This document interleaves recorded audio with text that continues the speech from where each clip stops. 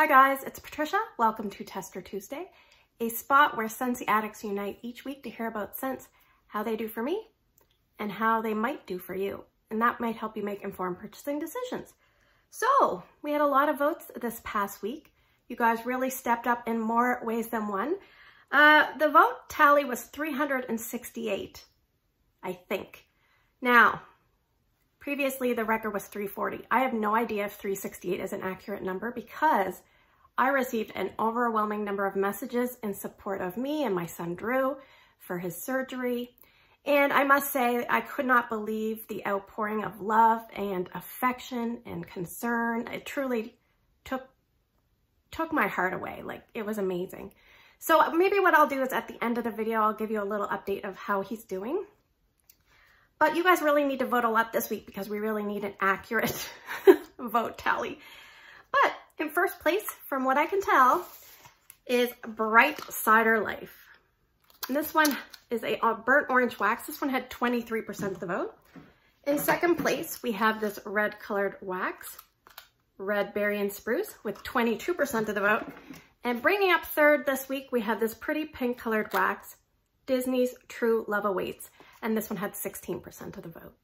So let's talk about our first place scent for the week. It is Bright Cider Life. And my hands are really shaky because I'm tired. This is in the fruity section, but I would also say you could put it in the spice. This was in the Harvest collection of, I think it was called the Gorgeous Pumpkin Trio. And that became available in the fall of 2020. So this is a new to the catalog scent, but not new to us.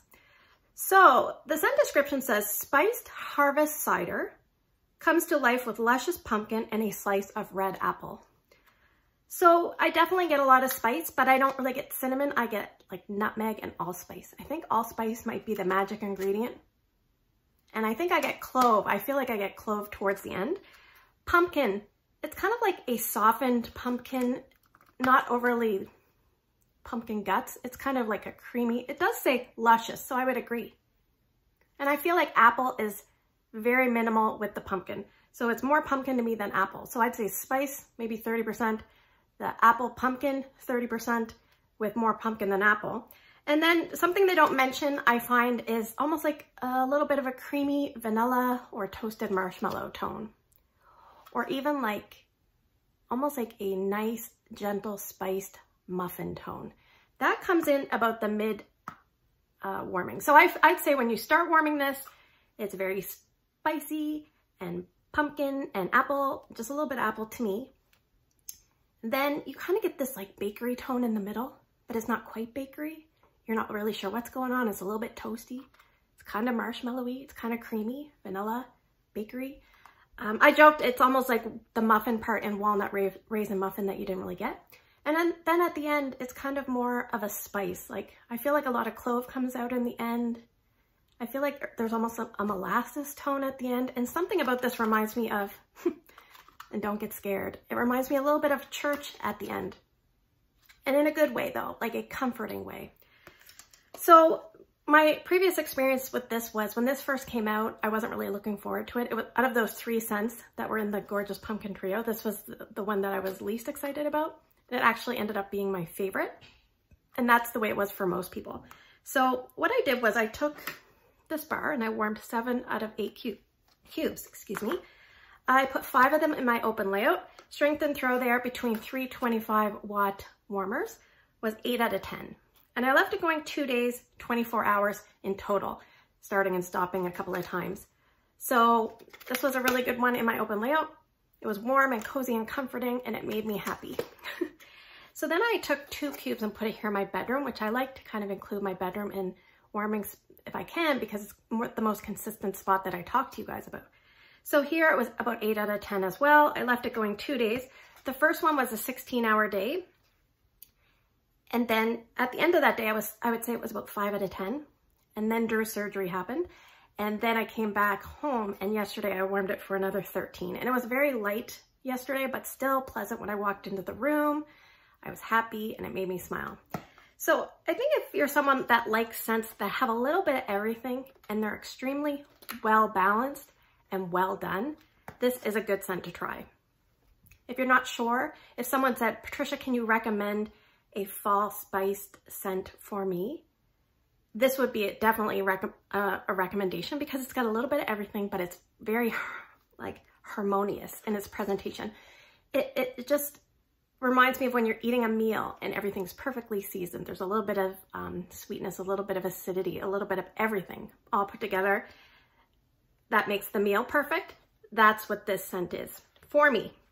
You could probably warm this anywhere, open layout, kitchen, TV room, entranceway. If you like something like this in your bedroom, you could warm it there too.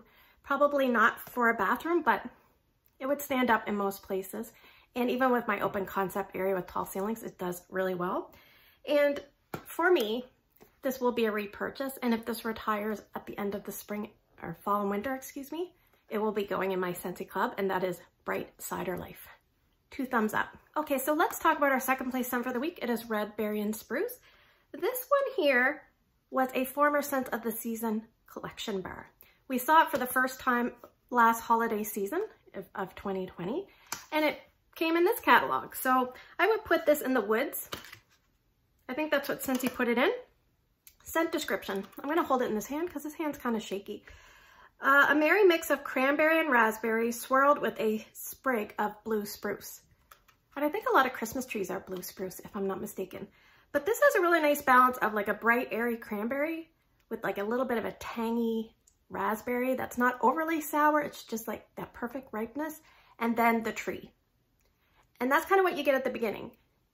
But as it warms, the fruitiness drops off and then you get more of a tree, but more of a wood tone to me. Like as this warms, I feel like I'm at a wood shop and I've been sanding my wood nice and smooth, and that's what it reminds me of, like later and later into the warming. So this is like a 2-part scent to me. You have like the fruity berry part with a little bit of the blue spruce, and then it kind of transforms into more of a wood or almost like a birch, like the bark of a birch tree. Anyway, my first experience with this was, it kind of reminded me of Be Merry, but a much more gentle version. And I thought it was okay. I don't remember a lot about it. So actually what I did was I took out these bars, and one thing I will say is a lot of red wax can be sweaty, and I had these upside down and a lot of them are running. So just if you've had any sense of the season bags, go and check those, because if they're like stored, you know, upside down and stuff, they could be leaking. So what I did was I took 2 cubes and put it in my bonus room. Strength and throw is about 6 out of 10 there. And I left it going 2 days, a total of 18 hours. Then I removed it. So on the second day, it was about 3 out of 10. All right. I took the other 2 cubes and put it here in my bedroom. 6 out of 10, again, at max. I left it going 22 hours over 2 days.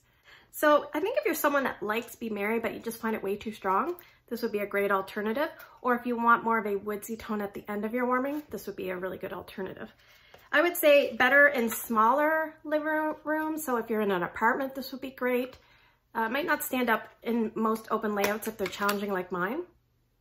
If it's not strong in the first areas I warm it, I don't even try it my open layout. So just keep that in mind. Nice in a TV room. If you want a gentle holiday scent, this would be the way to go. And like I said, be careful of the sweating. Keep it stored flat and in a cool, dry, dark place. Will I repurchase Red Berry and Spruce? I have this much left, so I think I'm good, considering the amount of wax I have, but it's an okay scent. Not a home run at all for me, but that is, you know, Red Berry and Spruce. It's just okay for me. Okay, so let's talk about our third place scent for the week. It is Disney Princess True Love Awaits.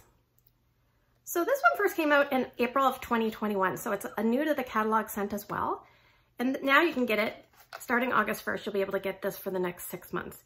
So this is in the license section. It's a Disney bar. So you have to bundle it if you want to do bundle and save with other licensed bars. And Scentsy put this in the fruity section, but I would also argue it could be floral as well. Fruity floral. So the scent description says, enter a kingdom where enchanting ripe raspberry, sparkling mandarin, and a kiss of sweet vanilla write the perfect fairy tale ending. So on cold sniff, this reminds me a lot of like a subdued Cloudberry Dreams. And then there's a little touch of like Angel 624 in there. I feel like there's a little touch of Berry Bright. So there's that, like the raspberry. I don't get mandarin. Just let's get that out of there. I don't get mandarin. And I don't know if I get sparkling so much. but I definitely feel like there's rose in here. Cloudberry Dream has raspberry and rose, peach and vanilla. So it reminds me a lot of Cloudberry Dreams, but more of a kid version. Good way to think of it. And it's gentle, and it's got a little bit of creaminess, like Angel 624 has a little bit of creaminess. There's something going on in the background. Anyway, definitely does have a floral component that I don't think they talk about. Does kind of smell like rose. So I would say a good third of it smells floral to me. On my first sniffs, I would say I stood out that it was a bit of a fruity floral combo. I thought it was nice. This was actually the first time I ever warmed this. So I put 2 cubes here in my bedroom, strength and throw of 7 out of 10. I left it going 21 hours over 3 days. So it did fairly well in terms of longevity. And I put 2 cubes in my daughter's room. Strength and throw was again 7 out of 10 there. And that was the Moon over Jupiter warmer, I believe. And she kept messing up my testings, but I asked her, like, when did you turn it off, etc. And we think we had it going 45 hours over 3 days, but that's with a little asterisk. But I would say out of the 3 scents this week, I felt like this one lasted the longest. And then it's hard to say. I'm going off notes, so my memory might be a little bit shoddy.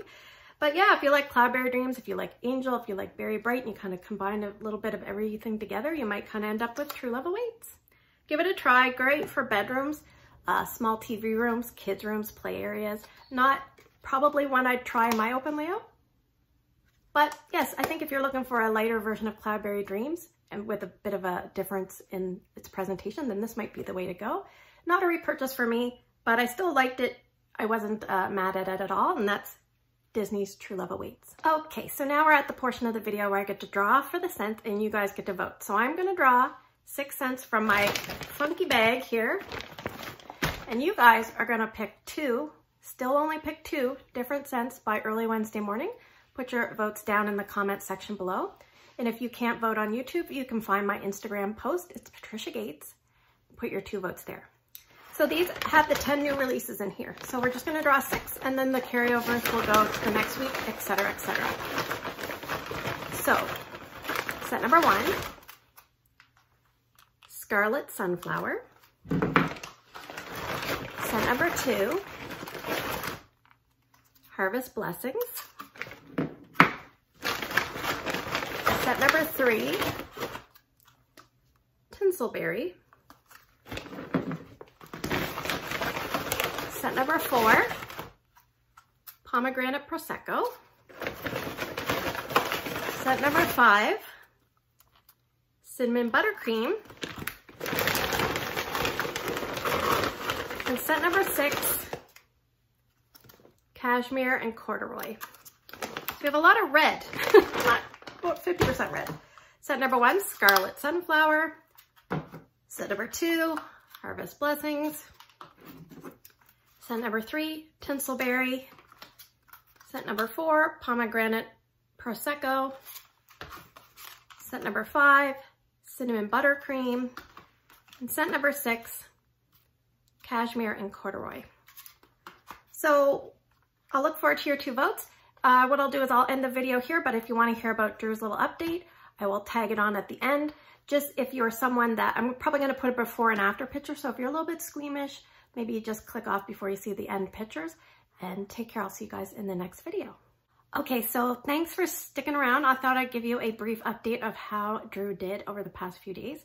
So before we get into that, I just want to say I'm truly humbled and blessed that I have such wonderful viewers and supporters. People that never comment on videos were giving me their prayers and love and compassion and empathy. It was amazing, like amazing. So I sound like Annie Masmanian, but it truly was. So I can't say enough how much you guys mean to me. Sometimes in life, we start talking about wax and you don't know where it's going to lead you. So the relationships I've formed in YouTube and through Scentsy are wonderful. So anyway, I'll give you a little rundown. So the morning of the surgery, that was Tuesday, I was really calm. Your guys' messages and comments were actually relaxing me. Even though I couldn't comment back or tally the votes, I was reading them, and sometimes I was reading them a couple of times, and it was really calming me down. So he did really well for the surgery. The surgeon told us he did need a blood transfusion because he's pretty small for his size. And he was really slow to come out of the anesthetic, which is pretty typical because he doesn't have an official diagnosis, but his brain has been affected at some point. He's cognitively probably about a 1-year-old. So he doesn't walk and he doesn't speak or talk. So it's a little bit hard to get feedback from him, but being his parent, obviously I know him well enough that I can read him. So I knew coming out of surgery might be the hardest, and it was. He was very groggy.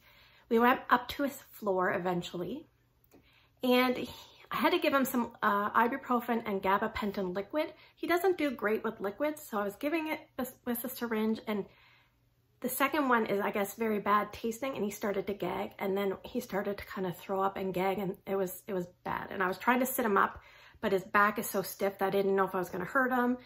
Anyway, the nurse came in and his oxygen saturations had dipped into the 60s. And at first we just thought it was the little thing on his toe not reading his saturations properly, but eventually she said, no, I think I'm going to call the respiratory therapist. Soon as the respiratory therapist came in, I could tell it wasn't good. You can just tell with the urgency that people have. She activated something called, I think, the SPOT team, which is when intensive care comes up to the room. And they took a chest x-ray because they were worried about a collapsed lung. No, he did not have a collapsed lung. But we feel he aspirated some of that liquid, so his chest was very raspy. So he needed really high dose oxygen to get his saturations up, and it was very slow to come up. So that was a bit of a concern. My husband had already gone home at that point, so I was there by myself. I was a little bit stressed, but I'm pretty calm with certain things. So I was calm, but I was trying to stay out of the way. We went down to ICU, and he was slowly weaned off the oxygen. His saturations improved, all seemed well. So we went back up to the room, and then slowly he came around and he was doing really well. So we left on late Friday, close to supper time. And as I film this video, it is Sunday. Now, last night he did not have a good night. I don't know what's up. It's a little bit concerning for me because, like I said, I can't ask him how he's feeling, but he did not have a good night. He was awake for 3 hours in the middle of the night, kind of crying, and I was giving him his pain meds. I didn't know if he was hungry. I didn't know what. So I was trying everything. And today he just seems off, and he sounds like he's coughing a bit. So I'm just a little concerned. Hopefully we don't end up back in the hospital, but if we do, keep those good vibes coming. They are very helpful. And what I'll do is I will insert a before and after picture of him, and you guys can check out and see the improvement in his posture. Now, he's still going to be in a wheelchair. He's still not able to walk on his own, but this is really going to help his internal organs, and I'm just happy that it's done. It's a relief, but obviously as a parent, it's a long road to recovery. It's like 4 to 6 weeks. So I'm going to be off from work for about 4 weeks. And then the last 2 weeks, we feel, as long as things are going well, that between my husband and my daughter and my mom, people that can chip in, he should be fine, just with less intensive type care. And actually right now he's down watching TV and my husband's with him. So anyway, again, I just want to say, I can't believe you guys. You guys are awesome, truly awesome. I'm going to try not to cry, but you really touched my heart. So anyway, thanks for watching. Please take care. I hope you have a great day in your neck of the woods, and I'll see you guys in the next video.